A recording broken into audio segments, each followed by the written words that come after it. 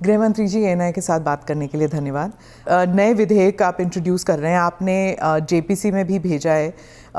30 दिनों से ज़्यादा अगर कोई इलेक्टेड रिप्रेजेंटेटिव हिरासत में जाता है और उसे पद से हटाया जाएगा। आपने कहा कि क्लॉज ज़रूर गंभीर होने चाहिए, लेकिन इनोसेंट अंटिल प्रूवन गिल्टी, क्या इस सिद्धांत को ये उलट नहीं जाता इससे? देखिए, सीधे सवाल से मुझे नहीं लगता कि आप बिल की स्पिरिट के साथ न्याय कर पाएगी। मैं आपके माध्यम से पूरे देश की जनता को बताना चाहता हूं कि 130वां संशोधन क्या है। 130वें संशोधन में ये संविधान संशोधन है। इसमें हमने एक प्रावधान किया है कि प्रधानमंत्री, मुख्यमंत्री, भारत सरकार के मंत्री या राज्य सरकार के मंत्री किसी भी गंभीर आरोप में अगर अरेस्ट होते हैं और 30 दिन तक उनको जमानत नहीं मिलती है तो मुख्यमंत्री या प्रधानमंत्री मंत्री के केस में उनको उनके स्थान से मुक्त करेंगे। अगर वो नहीं करते हैं तो अपने आप कानूनन वो मुक्त हो जाएंगे। ये प्रावधान 130वें संवैधानिक संशोधन में हमने किया है। अब सबसे पहले मैं स्पष्ट कर देता हूं, संसद के अंदर चुनी हुई सरकार कोई भी विधेयक लाए या संवैधानिक संशोधन लाए, इसको सदन के सामने रखने में क्या विरोध हो सकता है? जबकि मैंने स्पष्ट कर दिया था कि इसको हम दोनों सदनों की संयुक्त समिति को सौंपेंगे। वहां आप आपके विचार व्यक्त कर सकते हैं। और दूसरा, जब इस पर मतदान हो तब आप आपका मत व्यक्त कर सकते हो, क्योंकि ये संवैधानिक संशोधन है तो 2/3 बहुमत चाहिए दोनों सदनों में, जो आपके पास नहीं है या नहीं है वो तो उस वक्त सिद्ध होगा। परंतु उस वक्त आप अपना विचार भी रख सकते हो और वोट भी कर सकते हो। किसी भी सरकार के विधेयक को या संविधान संशोधन को सदन में पेश न होने देना और इस तरह का व्यवहार करना, ये क्या लोकतंत्र में उचित है? क्या देश की पार्लियामेंट के दोनों सदन बहस के लिए है या शोरगुल और हल्ले के लिए है? मुद्दे का विरोध हमने भी देखा है, हमने भी करा है, परंतु बिल को पेश न होने देने की एक प्रकार की मानसिकता मैं नहीं मानता हूं कि ये लोकतांत्रिक है और विपक्ष को देश की जनता के सामने इसका जवाब देना पड़ेगा। उनका जो मैनर ऑफ प्रोटेस्ट है उसके बारे में मैं बाद में पूछूंगी, लेकिन ये जो गंभीर आरोपों का जो दायरा है, क्या आप स्पष्ट कर सकते हैं कि गंभीर आरोप क्या है? स्पष्ट कर सकती है क्या? हाँ, तो वही मैं आपसे तो जरा पूछिए आरोप। तो क्या आरोप हो सकते हैं? कैपिटल मतलब मर्डर, रेप, ऐसे वाले जो नहीं, पहले विपक्ष का इस बिल में विरोध क्या है वो तत्वतः आप बता सकती है क्या? इसका मूल विरोध का कारण जो विपक्ष ने मीडिया को समझाया होगा, हाँ, वो आप हमें बताइए। तो वो तो कह रहे हैं कि आप इस बिल के जरिए आप जो इलेक्टेड रिप्रेजेंटेटिव है, जिनके पास मैंडेट है और जिनका जनाधार से कनेक्शन है, आप उसको उलट रहे हैं और आप 30 डेज में आप बेल नहीं मिलेगा तो वो हट जाएंगे। और ये तो it is like political suicide या पॉलिटिकल मर्डर। देखिए, इस देश में आज एनडीए के मुख्यमंत्रियों की संख्या ज्यादा है। प्रधानमंत्री भी एनडीए के हैं, श्री नरेंद्र मोदी प्रधानमंत्री। तो ये बिल सिर्फ विपक्ष के लिए क्वेश्चन खड़ा नहीं करता, हमारे मुख्यमंत्रियों के लिए भी क्वेश्चन खड़ा करता है। मैंने जो सुना वो कह रहे कि आपके लोगों के सामने एफआईआर नहीं होती है। ये जनता को गुमराह करे। उनको मालूम है कि किसी भी व्यक्ति के खिलाफ आरोप है तो आप पब्लिक इंटरेस्ट लिटिगेशन के माध्यम से कोर्ट के सामने जा सकते हैं। कोर्ट ऑर्डर करेगी कि इनके खिलाफ एफआईआर करो। अगर ज्यादा ही गंभीर मामले हैं तो कोर्ट मॉनिटर भी करती है। इसमें पक्ष विपक्ष कहां आता है? ये एक सेकंड मेरी बात पूरी नहीं हुई है। इसमें पक्ष विपक्ष नहीं आता है। और दूसरी बात, इसमें 30 दिन तक जमानत का प्रावधान किया गया है। अगर फर्जी टाइप का केस है तो देश की हाई कोर्ट और सुप्रीम कोर्ट आंख मूंद कर नहीं बैठे हैं। किसी भी केस में हाई कोर्ट और सुप्रीम कोर्ट को जमानत देने का अधिकार है। अगर जमानत नहीं मिलती है तो आपको पद छोड़ना पड़ेगा। मैं एएनआई के माध्यम से देश की जनता को और पूरे विपक्ष को भी पूछना चाहता हूं, क्या कोई मुख्यमंत्री, कोई प्रधानमंत्री या कोई मंत्री जेल में रहकर सरकार चला सकता है क्या?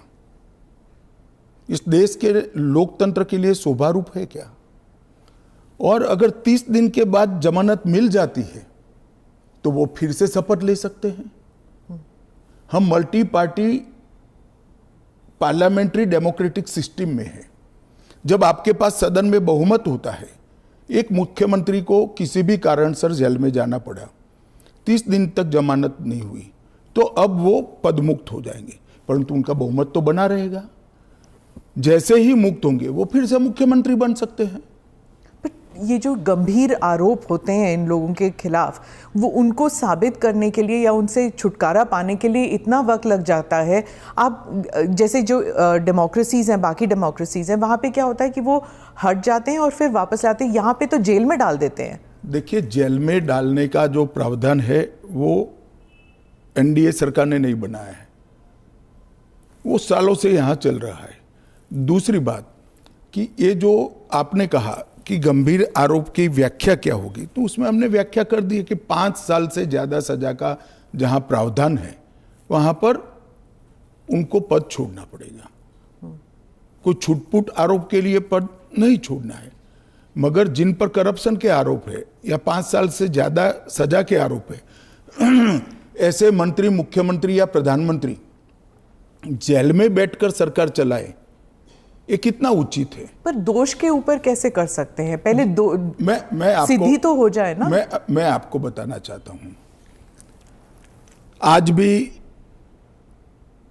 भारत के जन प्रतिनिधित्व कानून जो है उसके अंदर प्रावधान है कि किसी भी चुने हुए प्रतिनिधि को 2 साल या इससे अधिक समय के लिए सजा होता है तो वो अपने स्थान से मुक्त हो जाएंगे सांसद के रूप में।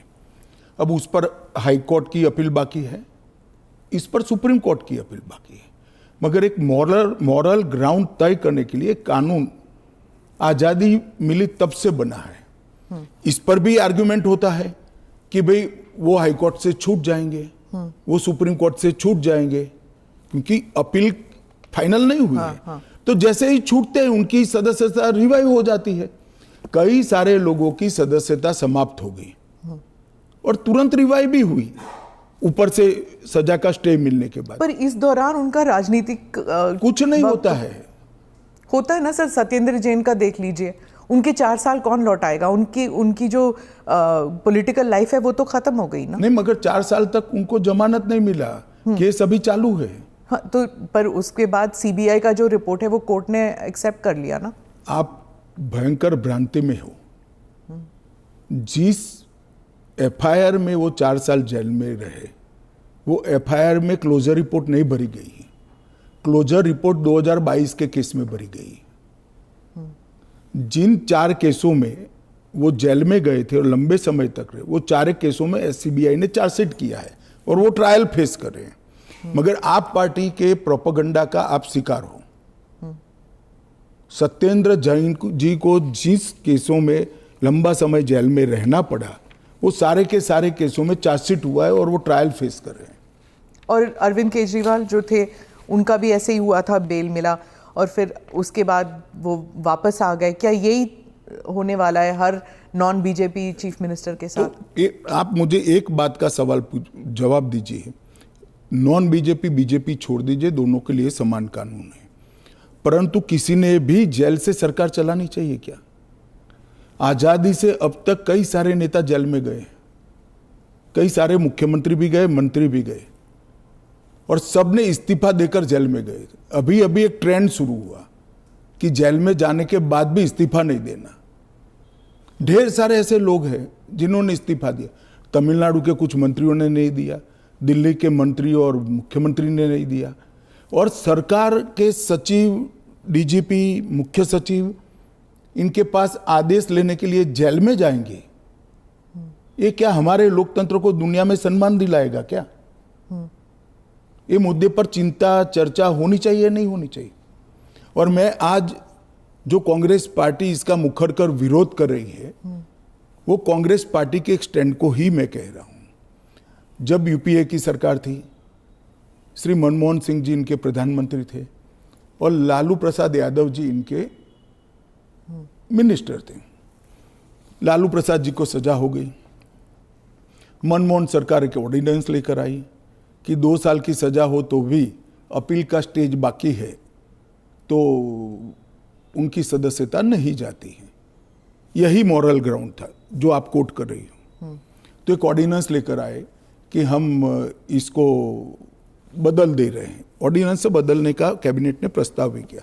यही श्री राहुल गांधी इसको कंप्लीट नॉनसेंस कहकर सार्वजनिक रूप से प्रेस कॉन्फ्रेंस में फाड़े थे ऑर्डिनेंस को। और देश की कैबिनेट ने और देश के प्रधानमंत्री ने जो फैसला लिया था, उनकी पार्टी के ही प्रधानमंत्री ने जो फैसला लिया था, उसका मॉरल ग्राउंड पर उन्होंने मखौल उड़ाया था। और मनमोहन सिंह एक सॉरी फिगर बनकर रह गए थे पूरी विश्व के सामने। आज वही राहुल गांधी बिहार में सरकार बनाने के लिए सजा हो गई, वो लालू प्रसाद जी को गले मिल रहे हैं। ये ड्यूअल स्टैंडर्ड नहीं है क्या? ये शोभा देता है क्या? 3 चीजों से ये सारे आरोप खारिज हो जाते हैं। एक तो प्रधानमंत्री जी ने स्वयं अपने आप को इसमें डाला है।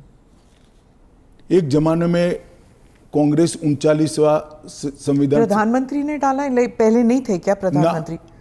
ना, पहले तो प्रोविजन ही नहीं था। तो जब कानून ड्राफ्ट हो रहा था तो उन्होंने खुद डाला अपना? हाँ, खुद डाला है। पहले 39वां जो संशोधन था, इसमें इंदिरा जी उपराष्ट्रपति, राष्ट्रपति के साथ साथ खुद को भी इनके खिलाफ कोई वैधता नहीं रहती है चुनावी मुकदमों का एक संविधान संशोधन लेकर आई थी। वो खैर कांग्रेस पार्टी और श्रीमती इंदिरा गांधी की नैतिकता का सवाल है। नरेंद्र मोदी जी अपने खिलाफ खुद संविधान संशोधन लेकर आए हैं कि प्रधानमंत्री भी जेल में जाएगा तो उसको इस्तीफा दे देना पड़ेगा। पर इससे एक एक्स्ट्रा जुडिशियल पावर कह लीजिए जो भी एक अधिकारी को नहीं मिल जाता कि प्रधानमंत्री से भी ज्यादा सीनियर हो जाता है वो? जी, आप ऐसे बात करिए जिसमें जैसे इस देश में कोई कोर्ट ही नहीं है। पर कोर्ट में डिलेज होते हैं ना सर? ये कानून आने के बाद नहीं होंगे, क्योंकि कोर्ट को तुरंत इंटरवीन करना पड़ेगा। किसी चुने हुए प्रतिनिधि को खारिज करने का प्रावधान हुआ है। मैं तो उल्टा कहता हूं, इससे यस और नो जो होना है वो जल्दी हो जाएगा। तो प्रेशर कोर्ट्स पे होगा डिक्लेयर करने के लिए? प्रेशर होगा ये कहना ठीक नहीं है। हाँ। मगर हमारी कोर्ट भी, पर उसी सुनिए ना, हमारी कोर्ट भी कानून की गंभीरता को समझती है। जब 30 दिन के बाद पद छोड़ना है तो वो उसके पहले इसका फैसला करेगी कि बेल मिलना चाहिए या नहीं मिलना चाहिए। हाईकोर्ट में जब केस गया कि श्री केजरीवाल जेल में है, तब उनको वहां से इस्तीफा देने चाहिए। एक पब्लिक इंटरेस्ट लिटिगेशन फाइल हुआ। हाईकोर्ट ने कहा कि हम सैद्धांतिक रूप से मानते हैं कि इनको छोड़ देना चाहिए मॉरल ग्राउंड पर, परंतु अभी के कानून में कोई प्रावधान नहीं है। चलिए, अब कानून में प्रावधान हो गया। मेरा बहुत स्पष्ट मानना है, मेरी पार्टी का मानना है, देश के प्रधानमंत्री का मानना है कि इस देश में कोई भी मुख्यमंत्री हो, मंत्री हो या प्रधानमंत्री हो, जेल में रहकर सरकार नहीं चला सकते। पहले भी कई लोगों ने मॉरल ग्राउंड पर इस्तीफा दिया है। लाल कृष्ण आडवाणी जी ने दिया था, येदुरप्पा जी ने दिया था, ईश्वरप्पा जी ने दिया था, जॉर्ज फर्नांडिस जी ने दिया था। कई सारे लोगों ने मॉरल ग्राउंड पर इस्तीफे दिए। कोई जेल में जाकर सरकार नहीं चलाई। इवन हेमंत सोरेन ने दिया था रिसेंट पास्ट में। जब वो छूट कर आए तो फिर से मुख्यमंत्री बन गए। अब इसका हमने कानूनी प्रोविजन किया है, क्योंकि जब पहले कानून बने होंगे, संविधान बना होगा, तब संविधान निर्माताओं ने ऐसी निर्लज्जता का कल्पना नहीं करा होगा कि कोई भी मुख्यमंत्री जेल में जाएगा और अंदर से मुख्यमंत्री बना रहेगा। खैर, अब ऐसी घटनाएं हुई है रिसेंट पास्ट में, तो हमें हमारी नैतिक मूल्यों के स्तर को गिरने नहीं देना चाहिए। एक कानून नैतिक स्तर के मूल्यों को एक आधार देगा और इससे हमारा लोकतंत्र निश्चित रूप से मजबूत होगा। गृहमंत्री जी, विपक्ष कह रहा है कि सरकार जो है वो इस तरह के जो सिचुएशन बनाएगी या फिर कोर्ट पर दबाव डालेगी कि 30 दिन में जमानत नहीं मिलेगा। अगर 30 दिन में जमानत नहीं मिल जाता तो फिर the entire thing falls through. देखिए, ये उनका पद से चिपक रहने के लिए एक अलग प्रकार से बनाया हुआ खूबसूरत आर्ग्यूमेंट है। मैं मानता हूं हमारी कोर्ट्स संवेदनशील है और जब किसी का पद जाता है तो निश्चित रूप से कोर्ट समय मर्यादा में उनकी जमानत के फैसले करेंगे, जो भी होगा उसका। मैं विपक्ष के लिए नहीं लिखा, पक्ष विपक्ष जो भी होगा, इसकी जमानत के फैसले तुरंत ही करने की पद्धति भी डेवलप होगी, ऐसा मेरा स्पष्ट मानना है।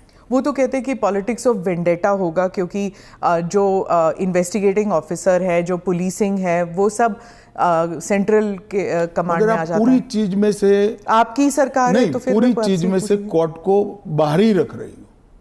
तो कोर्ट जाने से पहले इन्वेस्टिगेशन भी तो होगा ना। इन्वेस्टिगेशन तो पुलिस के हाथ में। मैं समझ गया, इन्वेस्टिगेशन हो गया, गलत हुआ, मान लीजिए आरोप भी मान लीजिए, अरेस्ट भी गलत हुई, तो 30 दिन में कोर्ट कहेगा अरेस्ट गलत है। और वेंडेटा की बात कांग्रेस पार्टी कर रही है, इनको शोभा नहीं देता जी। पर ये फिर वही पॉलिटिक्स की बात हो गई ना, क्योंकि आप कह रहे हैं कि इतने सारे राज्य हैं जहां पर बीजेपी के चीफ मिनिस्टर्स हैं, लेकिन वो तो टारगेट में नहीं होंगे। वो तो कह रहे हैं कि जहां पर बीजेपी की सरकार नहीं है वहां के चीफ मिनिस्टर्स को आप टारगेट बनाएंगे, खासकर ये जो इंडिया अलायंस के जो चीफ मिनिस्टर्स हैं। देखिए, मैं अभी भी कहता हूं कि भारतीय जनता पार्टी और एनडीए शासित जो राज्य हैं वहाँ कोई भी करप्शन या हमारे मंत्री या मुख्यमंत्री के खिलाफ केस है, उनका आरोप मान लीजिए, मानने के लिए ये फर्जी आरोप है, मगर एक सेकंड के लिए मान लीजिए कि कानून का काम नहीं करेगा, तो कोई भी व्यक्ति कोर्ट के सामने जा सकता है और कह सकता है कि इनके सामने एफआईआर दर्ज करने का आदेश दीजिए। और जब उनकी सरकार थी और वो ऐसा करते थे, तब बहुत सारी जांच कोर्ट के आदेशों से शुरू हुई है। यूपीए 2 में कम से कम 12 केस में गिना सकता हूं जहां कोर्ट के ऑर्डर से सीबीआई की जांच हुई है और सारे लोग फंसे हैं। पर वो उस टाइम तो उनकी सरकार थी, अभी आपकी सरकार है। वो कह रहे हैं कि चाहे डीएमके हो या आम आदमी पार्टी हो, आप सबके नेताओं को आप जेल में डाल देंगे। ऐसे नहीं हो सकता है, ये संभव ही नहीं है, क्योंकि कोर्ट तुरंत इंटरवीन करेगी अगर इसके अंदर एफआईआर के अंदर या अरेस्ट के अंदर तत्व नहीं है तो अरविंद केजरीवाल का उदाहरण भी देते हैं कि इस प्रावधान के अनुसार अगर उन्हें जमानत 30 दिन के भीतर ना मिलती तो वो भी वहीं पे पड़े रहते, जेल में पड़े रहते, और उनको फिर वो चीफ मिनिस्टर पद से भी हटा दिया। जमानत उनको एक कानून आया ही नहीं था, फिर भी मिल गई थी। हाँ, मगर इतना जरूर होता, अगर ये कानून होता तो उनको इस्तीफा दे देना पड़ता। वो जो मैं मानता हूं कि देना चाहिए। बाहर निकलकर जब पब्लिक विरोध करने लगी तो उन्होंने दे भी दिया, मॉरल ग्राउंड पर ही दिया। अब कानूनन देना पड़ेगा, इतनी ही बात है। तो चुनाव फेस करने के पहले उन्होंने मॉरल ग्राउंड पर इस्तीफा देकर आतिशी जी को दिल्ली की मुख्यमंत्री, क्योंकि जैसे ही घूमने लगे पब्लिक ने सवाल करे। आपने कहा कि आप जीपीसी में भेजने वाले हैं, लेकिन ऑपोजिशन जो कह रहे हैं, जैसे टीएमसी जो फोर फ्रंट पे है ऑपोजिशन में इस मामले में, वो कह रहे हैं कि वो जेपीसी का हिस्सा बनेंगे ही नहीं, वो बॉयकॉट कर देंगे। फिर क्या होगा? नहीं, क्या होगा तो हम क्या कर सकते हैं? तो फिर वो कानून ले आएंगे फिर? तो उनको कौन ना बोल रहा है कि आप मत बनो, क्योंकि हम कह ही रहे हैं कि आप बनिए। आप अगर पार्लियामेंट चलाने के जो नियम बने हैं वो नियम को भी स्वीकार नहीं करोगे और आप कहोगे कि हमारी इच्छा है वही फाइनल हो, भले हम विपक्ष में हैं, ऐसे नहीं हो सकता।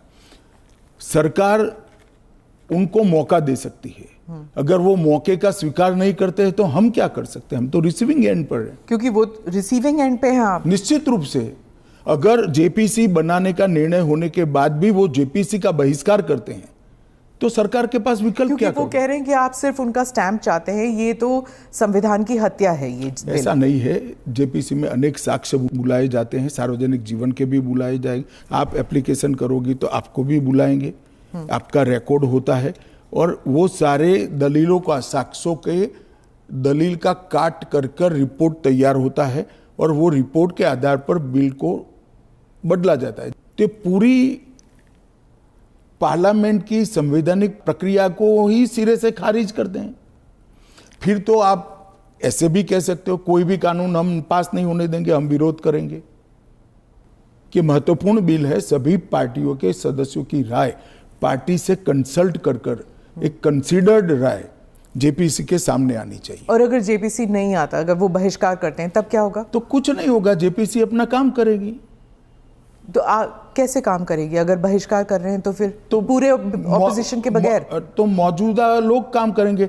कल को आप अगर ऑपोजिशन अभी से लेकर 4 साल तक कोई काम में सहयोग नहीं होता है, देता है, तो देश नहीं चलेगा क्या? स्मिता जी, ऐसे नहीं चलता है।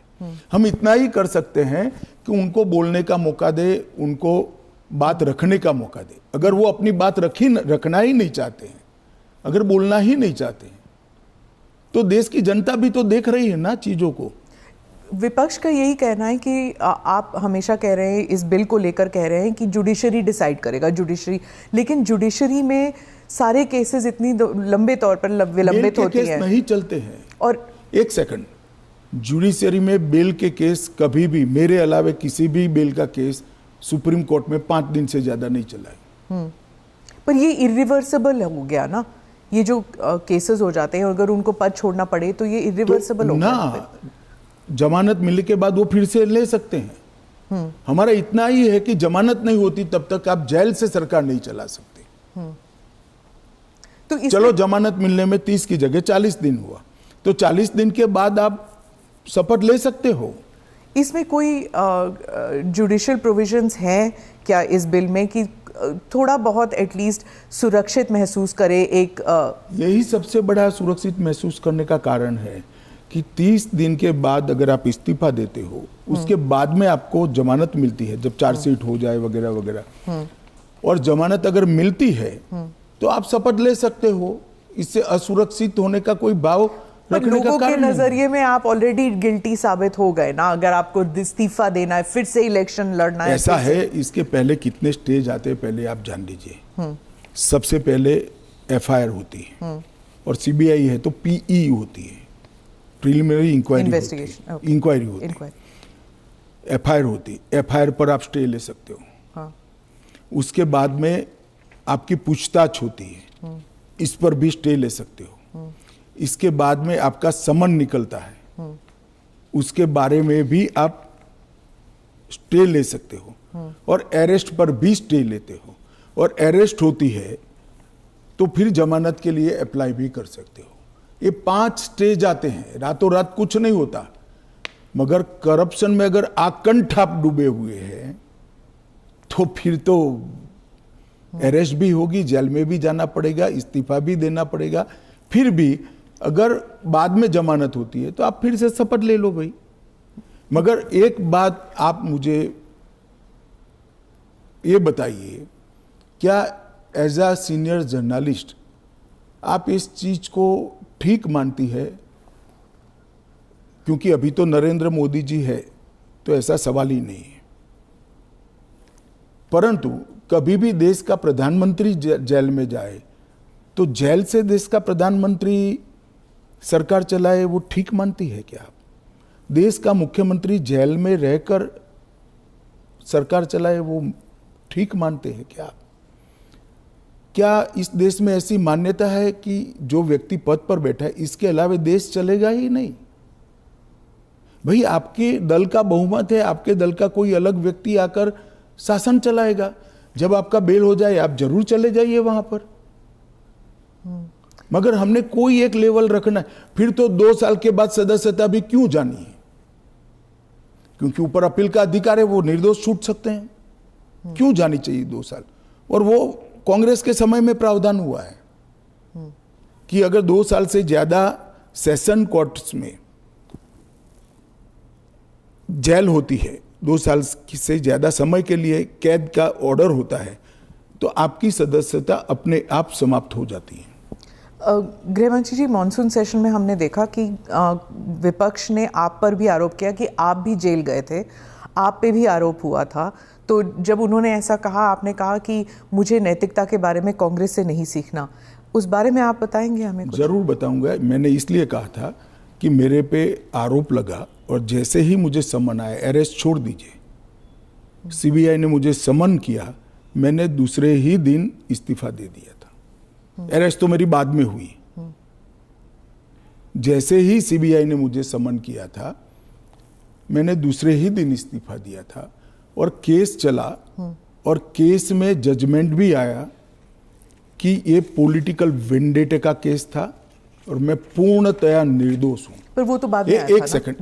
एक सेकंड सुनिए ना। हाँ। एक सेकंड, वो जजमेंट बाद में आया। बेल मेरी पहले हो गई थी, बेल मेरी पहले हो गई थी और वो जजमेंट ऐसा आया कि कंप्लीटली पॉलिटिकल वेंडेटा के केस है, कहीं पर दूर दूर तक मेरा इस केस में इन्वॉल्वमेंट नहीं है और मुझे शंका के आधार पर बरी नहीं किया गया था। मेरे सामने के केस को खारिज किया गया था और मुझे बेल मिल गया था 96वें दिन पर। फिर भी मैंने फिर से शपथ लेकर गृह मंत्री नहीं बना था। इतना ही नहीं, जब तक मैं कंप्लीटली मेरे सामने के सारे आरोप क्वाश नहीं हुए, तब तक मैंने किसी भी संवैधानिक पद पर शपथ नहीं ली थी। तो मुझे क्या विपक्ष नैतिकता के पाठ पढ़ाता है?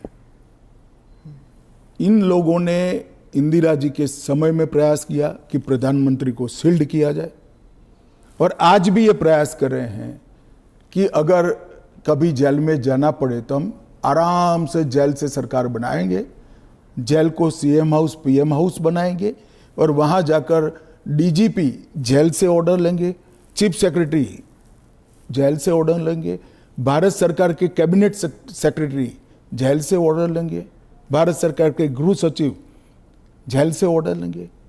इस तरह से देश चलेगा। और ये कल्पना ही मैं तो, मेरी पार्टी और मैं दोनों सिरे से खारिज करते हैं कि जो व्यक्ति बैठा है इसके बगैर इस देश का शासन नहीं चल सकता और इससे किसी का भी बहुमत पार्लियामेंट में या विधानसभा में प्रभावित नहीं होगा। एक सदस्य जाएगा, आपकी ही पार्टी के दूसरे साथी सरकार चलाएंगे और आप जब जमानत प्राप्त कर लोगे तो आप आकर फिर से शपथ कर सकते हो। इसमें आपत्ति क्या है? अमित शाह जी, आप बार बार जुडिशरी का हवाला देते हैं, लेकिन उस वक्त भी जस्टिस आफ्ताब आलम आपके घर आए थे आपसे सिग्नेचर लेने के लिए कि आप गुजरात से बाहर चले जाएंगे। ना, ऐसा नहीं हुआ है।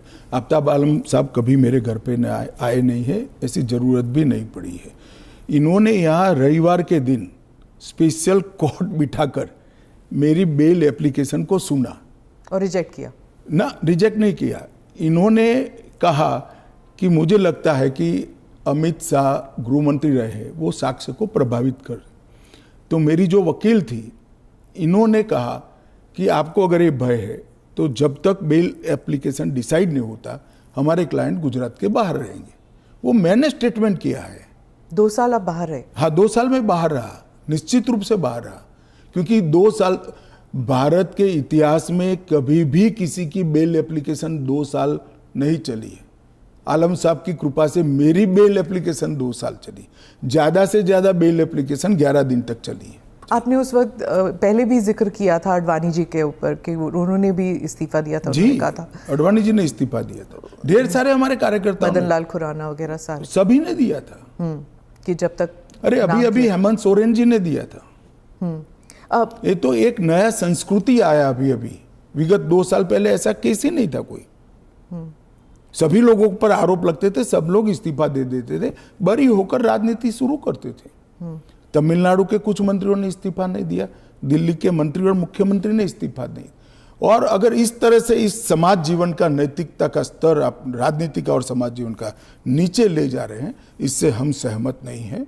और अगर मैं अब पूछता हूं, आप मुझे पूछ रही हैं, तो लालू जी के वो ऑर्डिनेंस फाड़ने का, लालू जी के बचाने के लिए जो ऑर्डिनेंस मनमोहन सिंह लाए थे, वो ऑर्डिनेंस को फाड़ने का राहुल गांधी का औचित्य क्या था?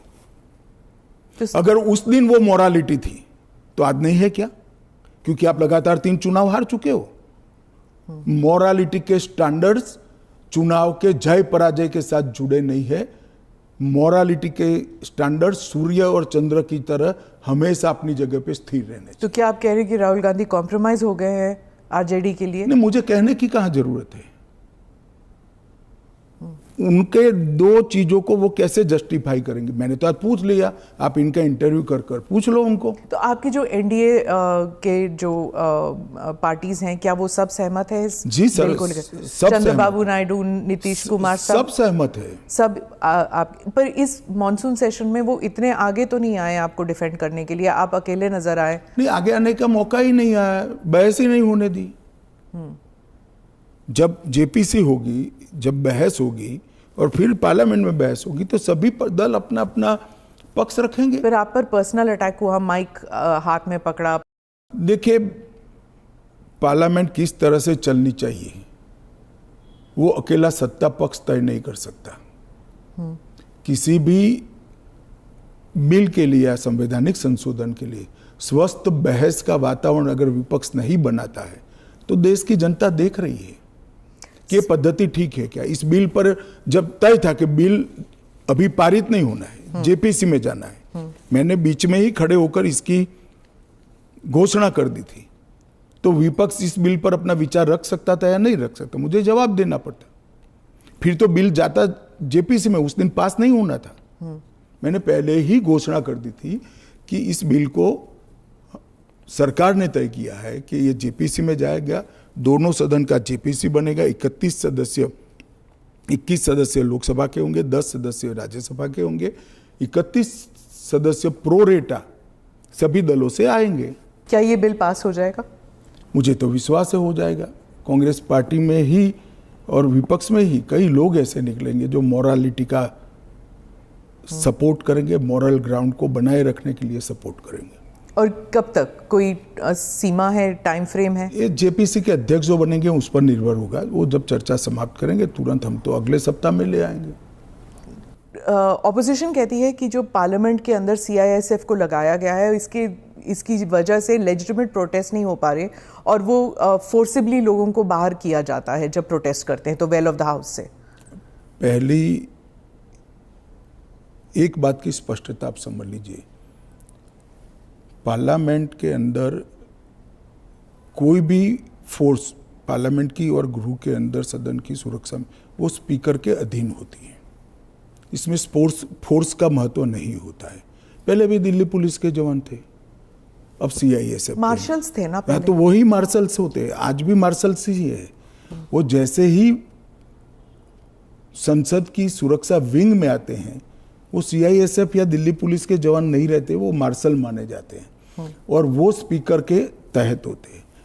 मार्शल सदन के अंदर तभी प्रवेश करते हैं जब स्पीकर उनको ऑर्डर करे। एक बात, ये जो बदलाव हुआ है वो एक बड़ी दुर्घटना हुई थी।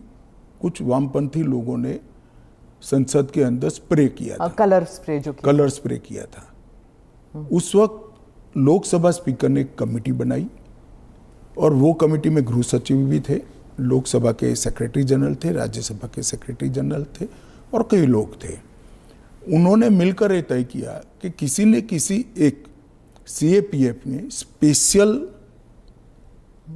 संसद की सुरक्षा के लिए ट्रेनिंग किया हुआ एक दस्ता बनाया जाए, जो दस्ता संसद सभ्यों की गरिमा, पार्लियामेंट्री प्रोसीडिंग की गरिमा और संसद की सुरक्षा तीनों का समायोजन कर काम कर पाए।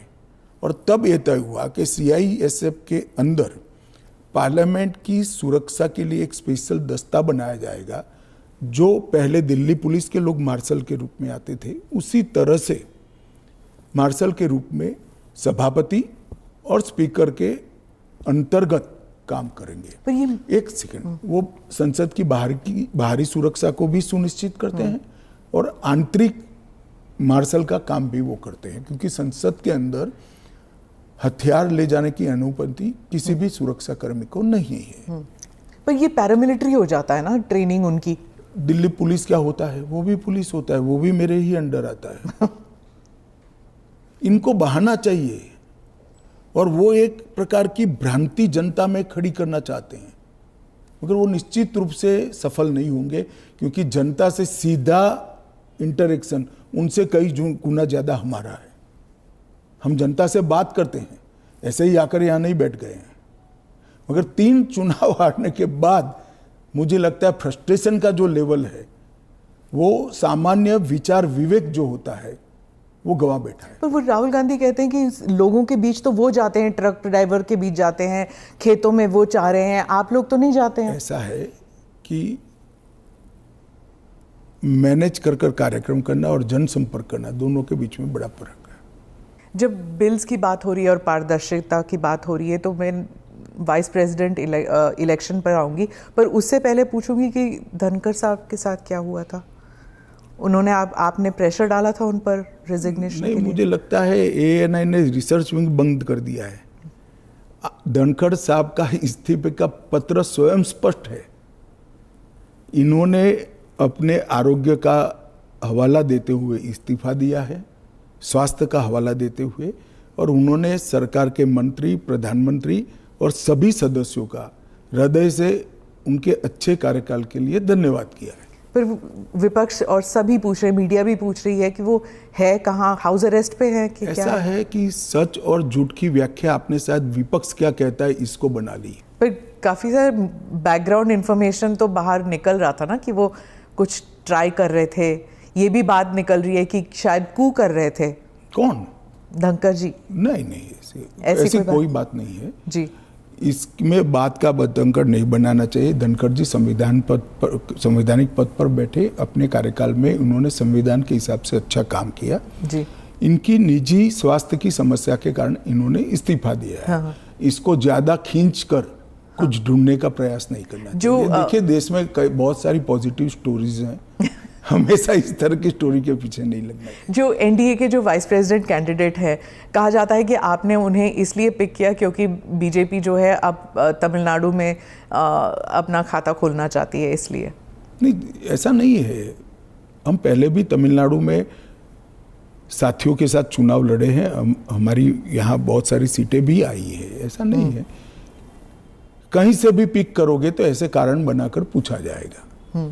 उपराष्ट्रपति का प्रत्याशी दक्षिण से आना इसलिए स्वाभाविक है क्योंकि पूर्व से राष्ट्रपति थी, पश्चिम और उत्तर से प्रधानमंत्री जी थे, तो दक्षिण से आना बड़ा स्वाभाविक है। अब आए हैं, इसको इस दृष्टि से नहीं देखना चाहिए।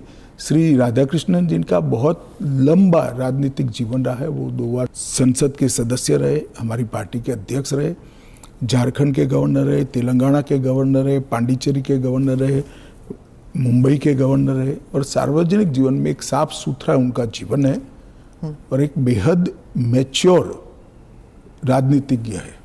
तो कई सारे एक्सपर्ट्स कह रहे हैं कि उनका चुनाव ये भी है कि वो आरएसएस के साथ उनका कनेक्शन है, इसीलिए। ये तो ढेर सारे लोग, प्रधानमंत्री जी स्वयं का आरएसएस के साथ कनेक्शन है। धनखड़ जी का नहीं था। अरे सुनिए ना, मेरा भी है। तो हम लोगों का चयन देश ने इसलिए किया है कि हम आरएसएस से, आरएसएस के साथ कनेक्शन होना कोई माइनस पॉइंट है क्या? आप बताइए। जरा भी नहीं है। अटल बिहारी वाजपेयी जी भी आरएसएस से कनेक्टेड थे, श्री अडवाणी जी भी आरएसएस से कनेक्टेड थे, मोदी जी भी है, मैं भी हूँ, राधाकृष्णन जी भी है।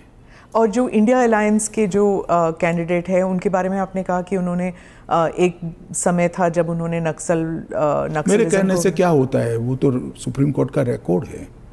सलवा जुडम को इन्होंने खारिज कर दिया। आदिवासियों का आत्मरक्षा का जो अधिकार था उसको उन्होंने समाप्त कर दिया। इसके कारण इस देश में नक्सलवाद 2 दशक ज्यादा चला है। उस वक्त नक्सलवाद अंतिम सांसें गिन रहा था, क्योंकि जो आदिवासी थे, जो बच्चों को पढ़ाना चाहते थे, जिनके यहाँ रोड नहीं पहुंचता था, इससे परेशान थे, जिनके यहाँ स्वास्थ्य सेवाएं नहीं थी, वो परेशान थे। उन्होंने खुद की रक्षा के लिए सलवा जुडम बनाया था। इसको सुप्रीम कोर्ट ने खारिज कर दिया। ये तो सुप्रीम कोर्ट का रिकॉर्ड है, इनका जजमेंट है। और इसके बाद जो स्कूल तबाह हो गए थे नक्सलियों के कारण, वो स्कूलों में सीआरपीएफ और सुरक्षा बल बैठे थे, रातों रात एक ऑर्डर करके सबको बाहर कर दिया। कई जगह हमले हुए सुरक्षा बलों पर। ये दोनों जजमेंट, इसका जवाब श्री सुदर्शन रेड्डी से ज्यादा राहुल गांधी ने देना चाहिए कि उन्होंने क्यों पिक किया। जी, मैं तो मानता हूं यही क्राइटेरिया रहा होगा। नक्सल को सपोर्ट करने के लिए नहीं, वामपंथी विचारधारा। और ये जजमेंट से निश्चित रूप से नक्सल प्रोटेक्ट हुए हैं। तो क्या वाइस प्रेसिडेंट इलेक्शन भी अब it will be polarising factor? पहले भी नहीं होता। पोलराइजेशन क्या है? जब आप इतना बड़ा आरोप लगा रहे हैं कि और पोलराइजेशन अगर होगा भी तो किस मुद्दे पर होगा? देश की सुरक्षा के मुद्दे पर होगा। मैं मानता हूं देश की सुरक्षा पर सांसदों ने विचार करना चाहिए या नहीं करना चाहिए। ANI के साथ बात करने के लिए धन्यवाद। आपका धन्यवाद।